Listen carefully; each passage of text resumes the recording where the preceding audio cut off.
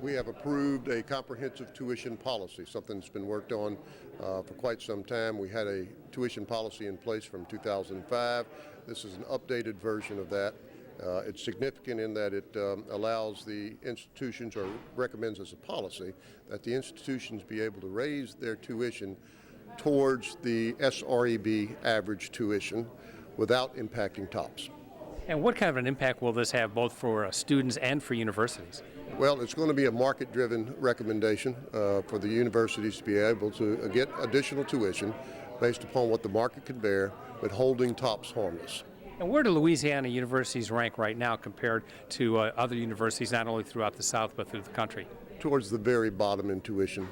We still, and should, have low tuition, but we're at the very bottom, and tuition continues to be more and more significant to the operations of the institutions, while the state contribution is becoming less and less. And what did the board do in the area of the formula funding? Well, we passed our recommendation for formula funding for this year. We had some vigorous discussion. We heard concerns by various institutions and systems representatives at our board development this morning, and certainly taking all of that in consideration, but making a recommendation that we think is fair and equitable and is in accordance with our constitutional obligations. And what will the funding formula mean for universities throughout the state? What it is a prediction of what the cost and the performance sections of that formula recommend that be the method by which to divide the monies given to us by the state of Louisiana for the operations of higher ed institutions.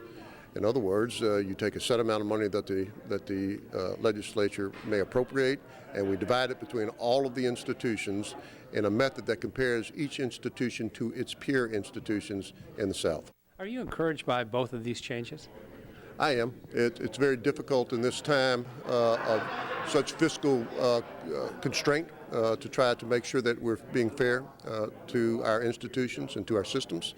We're trying our best to be aware of the trends in higher education and trends in higher education, particularly in this state, and we're trying to adjust and be nimble.